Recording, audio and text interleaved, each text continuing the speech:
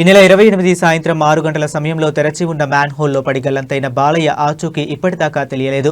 గల్లంతైన వ్యక్తి కోసం 2 రోజులుగా గాలిస్తున్న హైడ్రా, ఎన్డీఆర్ఎఫ్ బృందాలు మియాపూర్ వైశాలి నగర్ వద్ద ఉన్న అండర్ పాస్ నుండి ఈర్ల చెరువు దాకా గాలింపు చర్యలు. ఇప్పటిదాకా ఆచూకీ తెలియకపోవడంతో ఆందోళనలలో కుటుంబ సభ్యులు.